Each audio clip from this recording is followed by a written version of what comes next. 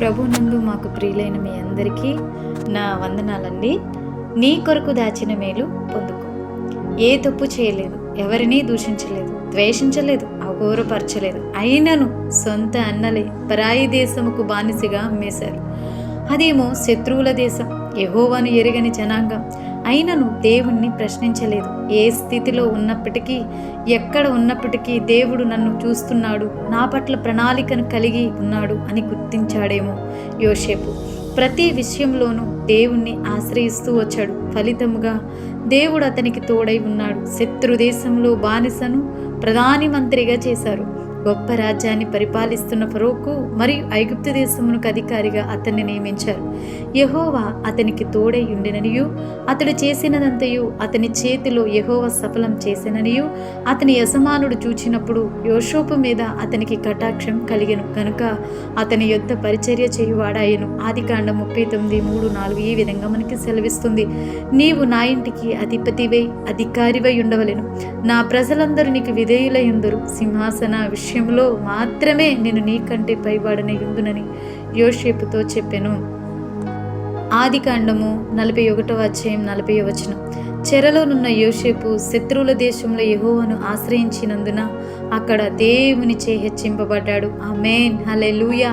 రాజైన అహాబుకు వ్యతిరేకముగా ప్రవర్తించాడు.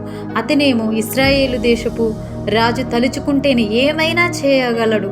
దేశంలో 3 సంవత్సరములు భారమైన కరువు. దేవుడు చెప్పమన్నది ప్రకటించినందుకు గాను వచ్చి పడింది కరువు. ఇలాంటి పరిస్థితిలో నా పోషణ పరిస్థితి ఏంటి అనుకున్నాడో లేదో ప్రవక్త అయిన ఏలియా తనను ఆశ్రయించిన వారికి శత్రువుల మధ్యలో భోజనపు సిద్ధము పరిచినట్టుగా దేవుడు తన బిడ్డకు ఆహారము అందించుటకు శత్రువైన అహాబు భార్య యెజెబెల్ ఊరు అయిన సిదోను పట్టణ సంబంధమైన సారేపతు ఊరిలోని పడు పేద విధవరాలినే దేవుడు ఏర్పాటు చేశాడు.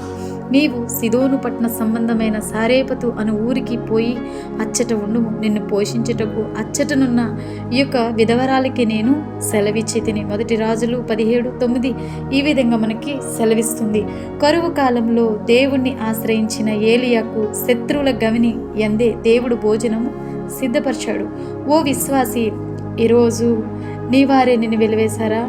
నీవు ప్రేమించిన వారే నిన్ను ద్వేషిస్తున్నారా?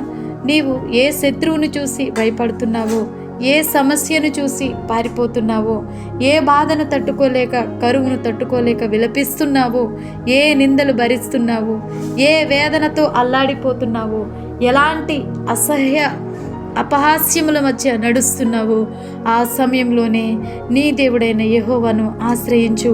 ఆయన నీ శత్రువుల ఎదుట నీకు భోజనము సిద్ధపరచువాడు. ఎవరైతే నిన్ను అపహాస్యం చేస్తున్నారో వారి ఎదుటనే నిన్ను హెచ్చించేవాడు. నిన్ను ద్వేషించేవారి నడుమనే నిన్ను పోషించేవాడు నీ దేవుడు.